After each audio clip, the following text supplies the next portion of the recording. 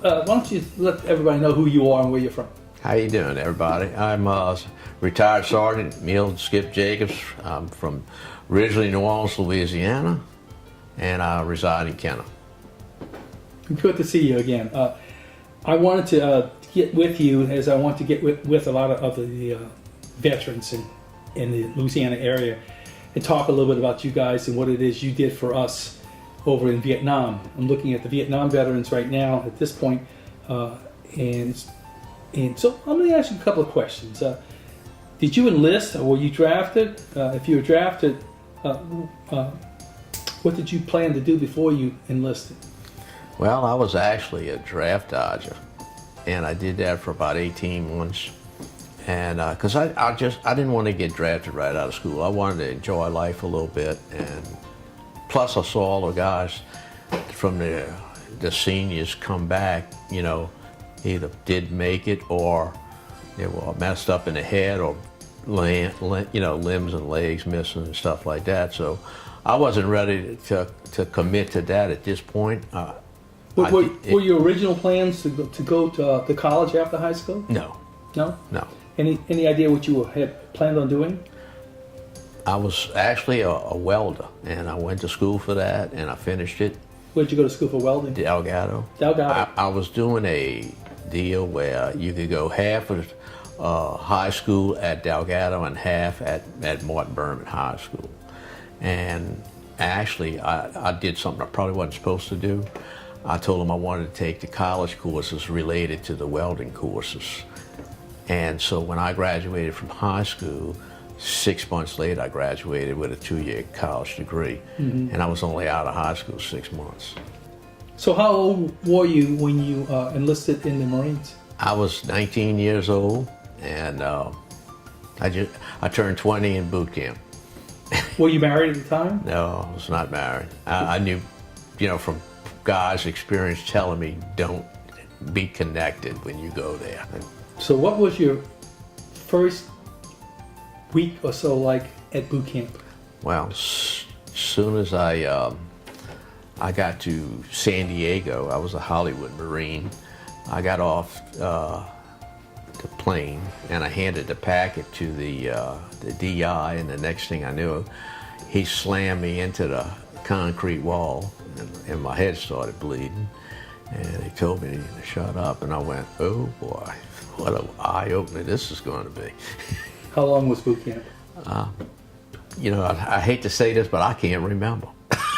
I know it was a long time. I don't remember either. 3 or 4 months. Yeah. It was extremely long. Yeah. A little bit. Tell me a little bit about boot camp. Well, as a Marine, what was boot camp? The biggest mistake I ever made was bringing the Ninth Ward with me. And what I mean by that, they said the DI wanted to see you, which is a drill instructor.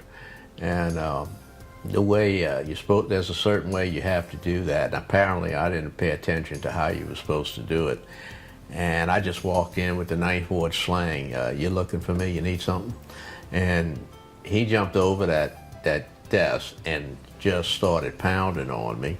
And I started fighting back, and I was doing kind of okay until the other two fellas decided they were going to help his buddy. And I pretty much got my butt whipped pretty good, you know, and cost me 9 stitches in the chin and 3 cracked front teeth. So I learned to be quiet after that. What was the graduation day like? What did your parents go? Your family go? No, nobody came, but they did have some guys that lived, you know, in California, you know, relatively close. We had 100 or so folks start, and we graduated like 40, something like that, between 37 and 40 people. And then, of course, we got to drink our first Coca-Cola in 4 months and smoke a cigarette if you did that. So it was kind of cool. We went by bus that afternoon. We had a couple of hours to go to PX and stuff. And that was the first free time we actually had for, you know, strictly freedom. And we went to Camp Pendleton, where we did ITR, St. Onofre, and we started ITR, Infantry Training Regiment. And that was another 6 weeks. We didn't get to go home until we got our orders to go to Vietnam. And it was kind of hilarious when he, you know, everybody was going like, oh man, I'm going to Vietnam. And they told me I was going to Red Beach, Da Nang. Well, they said Red Beach. And I'm thinking World War II, you know, gold, sword, Red Beach. Hey, I'm going to France. And they laughed and said, no, man, you're going to Red Beach, Da Nang. You know, and I was like everybody else, oh, I'm going to die, you know. So, and then we came home for, you know, a couple of weeks, and then we had to go to some specialized training. And then we flew out of Norton Air Force Base to Gdynia Air Force Base in Okinawa, where we, you know, we got shots and issued our camouflage, jungle utilities, and all that kind of stuff. Was that the first time you ever flew an aircraft? The first time I flew was to boot camp. Boot camp. Yes. How'd you feel about flying? Scared to death. Yeah. So now I get in an airplane, I love the acceleration going down the runway. Let's go, I love it. Okay. So what was it like when you got to your first duty station? Well, when we was flying into country in Vietnam, I was looking out the windows and I saw all these primitive, medieval-looking huts and stuff, and I went, "Oh my God, man! These people got bows and arrows, you know."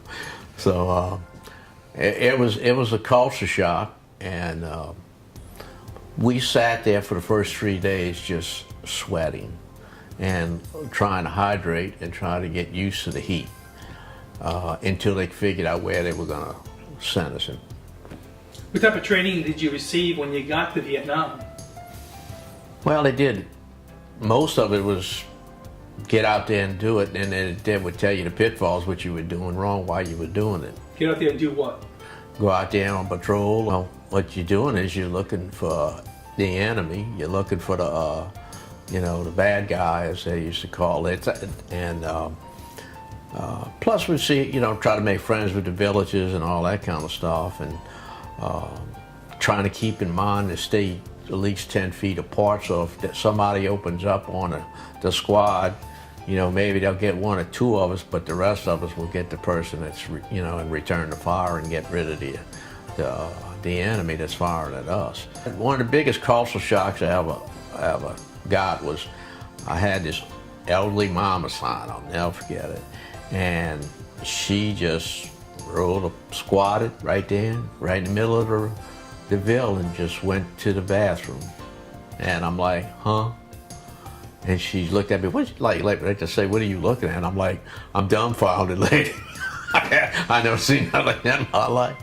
And so that was a pretty culture shock. I mean, we mainly ate sea rations. That's before the MREs were ever around. They were little cans, and you got a little John Wayne, which is the military designation of P-38. And you open up your little can, and you know, if you were lucky to have the heat tabs, you could heat the like beanie weenies, which is pork and beans and little pieces of hot dog, or you know, something like spaghetti or something like that. But most of the time you ate that cold.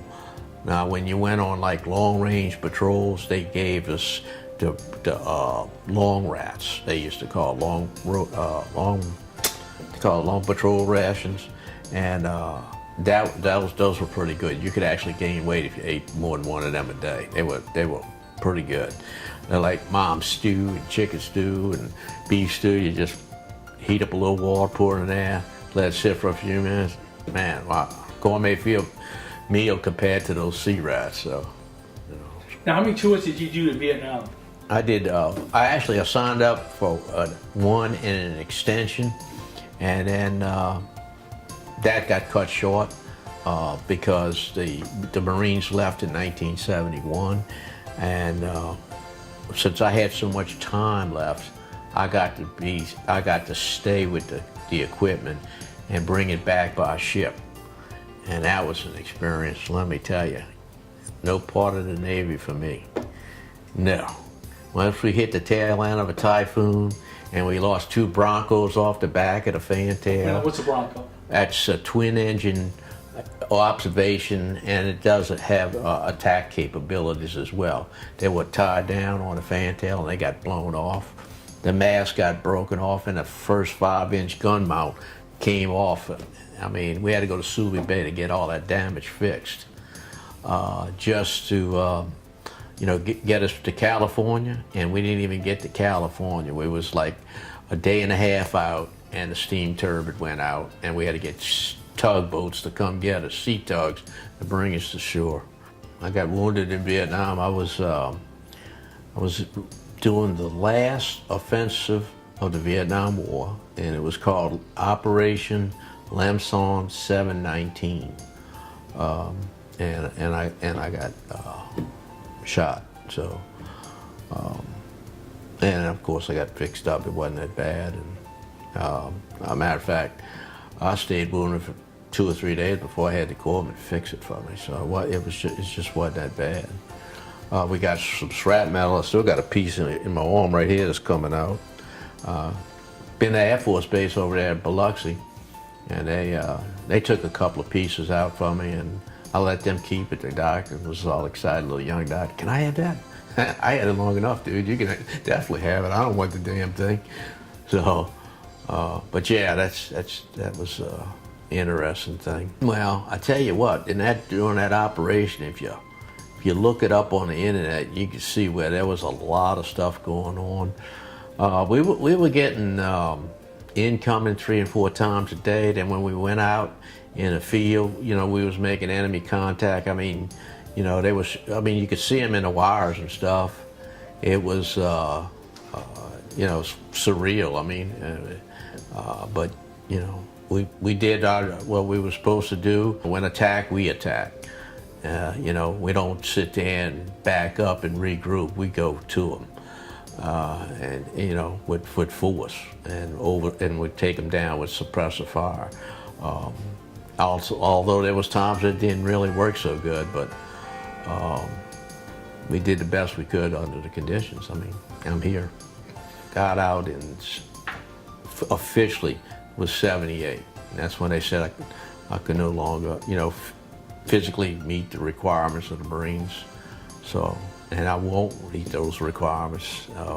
Although I tried to get back in the condition, just didn't happen. What did you do when you first got out? Well, I laid around the house for a little bit and just relaxed and try to get my head together, really. I know they had a welcome home party for me, and I couldn't handle that. That was just too much. That's where I met my wife. They set that up kind of thing, and I told everybody, I said, I'll be right back. I'm going to just go get a pack of cigarettes, because I really was afraid that I would say something or do something that, might scare somebody. So I left in the car, and I didn't make it back until, that was over. And my mom got mad at me for that, but told us I couldn't handle that. I'm sorry. So instead of embarrassing you, it was just best to do it that way, But anyway, that's how that went down. Being welcome. Well, yeah, I had an old World War II uncle. I mean, Uncle Richie, and his first question, he goes, "How many did you kill, boy?" And I'm like, Jesus Christ, And I just had to get out of there, so I just couldn't deal with that. Yeah. Before I did something stupid or said something stupid, it was best, save your honor and get the hell out of there, So, it's funny, I got that Purple Heart on Operation Lam Son 719. It was funny, it was Valentine's Day, 1971. Everybody was getting, red hearts, and Valentine's Day, Uncle Sam, give me a Purple Heart, man, what can I say? It's crazy. But that's the way it went down. Now, I see the National Defense Medal in there. I'm not sure if I see a good conduct. I see the Vietnam. Oh, yeah. You have a good conduct in there. Yeah. Two of them. Two of them. Good. And, yeah, I behaved myself pretty much. And then some of the other ones, I'm not sure if I recognize or not. So you have to, if you can remember any of them, you can turn and look at them if you have to. I got like a cross of gallantry and stuff like that. Like I say, when I went in the Marines, the biggest type of gun I ever shot in my life. Oh, and don't say gun to Marines, you gotta say weapon. But anyway, the biggest weapon I ever shot was a 410 and a 22. I wasn't ready for a 308, 20 shot full automatic, by no means.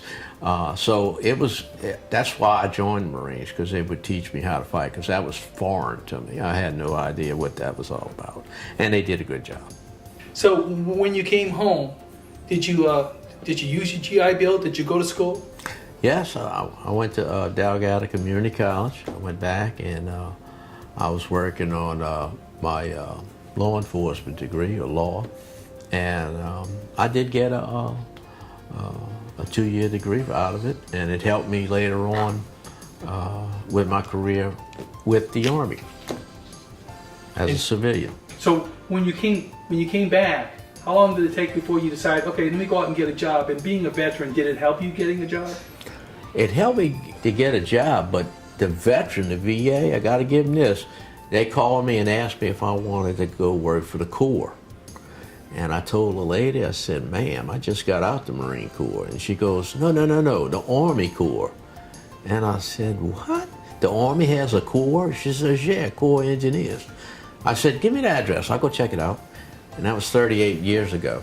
And I'm still with the Army Corps of Engineers today as a Ranger. I'm rangering over here at the Bonnie County Spillway. Been out there about 18 years. Like I say, really kind of interesting. After 9/11,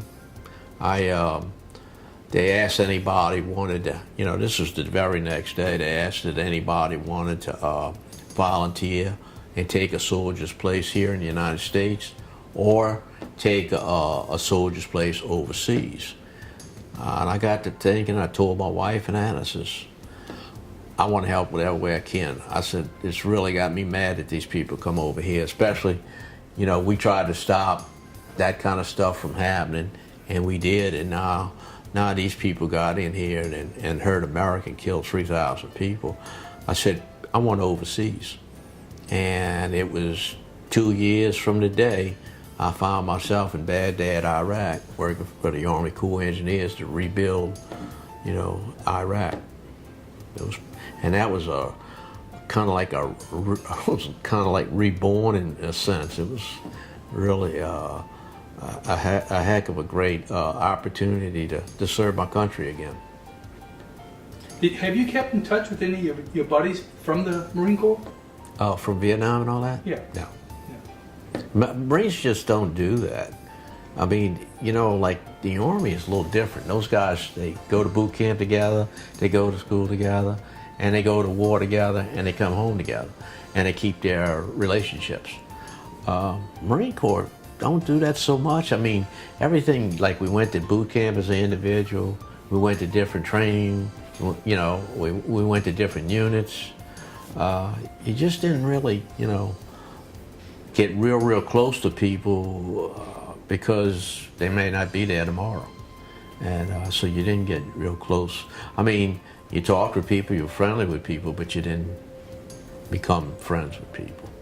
Like that type, you just didn't do it. If today you were to give any words of wisdom to some young person going into the military, what would you tell them? Be very aware of your surroundings and keep your head low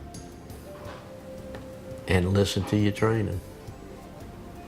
Oh, I could tell you a real story that took 45 years to come full circle, and it happened just a month ago.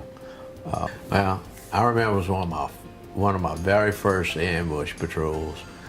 We just got finished, and we got 8 enemy soldiers, and I was sitting on a broken tree branch, and I had my rifle across my leg, and I was lighting a cigarette, and I was looking straight ahead, and I saw an NVA soldier picking up his rifle and it fired it at me. And I was like, oh my God.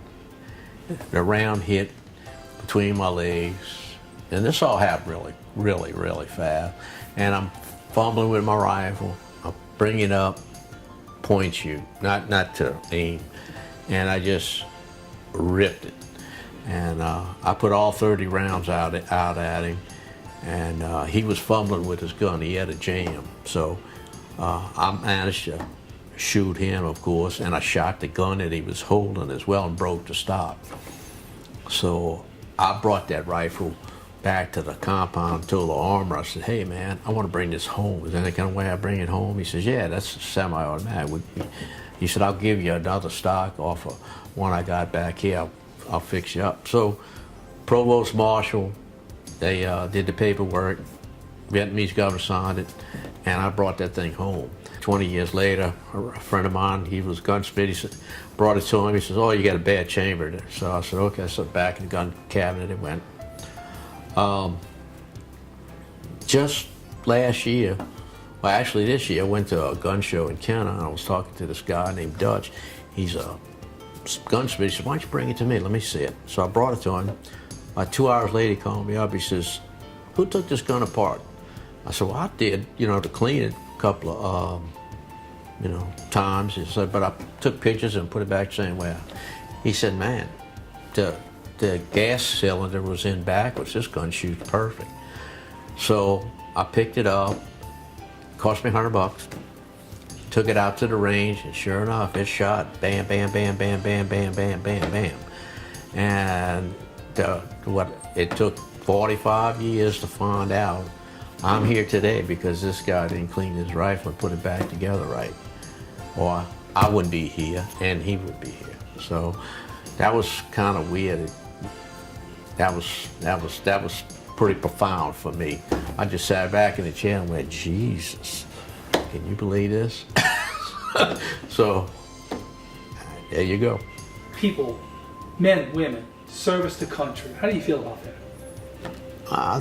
I think that's probably one of the best honors you could ever do. I mean, like I said, my grandfather was a doughboy. My dad was, an aviator in World War II in Korea. I was Vietnam. And then I wound up in Iraq in 03 and 04. And, people in this country just have no clue what the fighting man goes through and what he does for this country. Our goal is to fight over there and keep that from the streets here in America. I don't think most women and men could handle something like that here in this country because it's just not our way of life. So you got warriors that keep and hold the line for America to keep us safe so we can, get up and go to work, go to church, go to school, do the things that, we do in life. And a lot of folks don't understand what it takes for that to happen. It takes a lot of commitment and sacrifice for a lot of these young people out there today. They picked up where we left off. And I'm glad they're treating the veterans today a whole lot better than what they did with us. So. Well, I, for one, appreciate you doing this interview to share with America, as I was mentioning to you. I also know that you're, kind of a shy man. You're not much one to boast, and so I appreciate the fact that you are sharing. And I wanted to understood that this was because you were asked to share so others would know what was going on back then. Appreciate it, buddy. Yeah, I appreciate you doing this interview.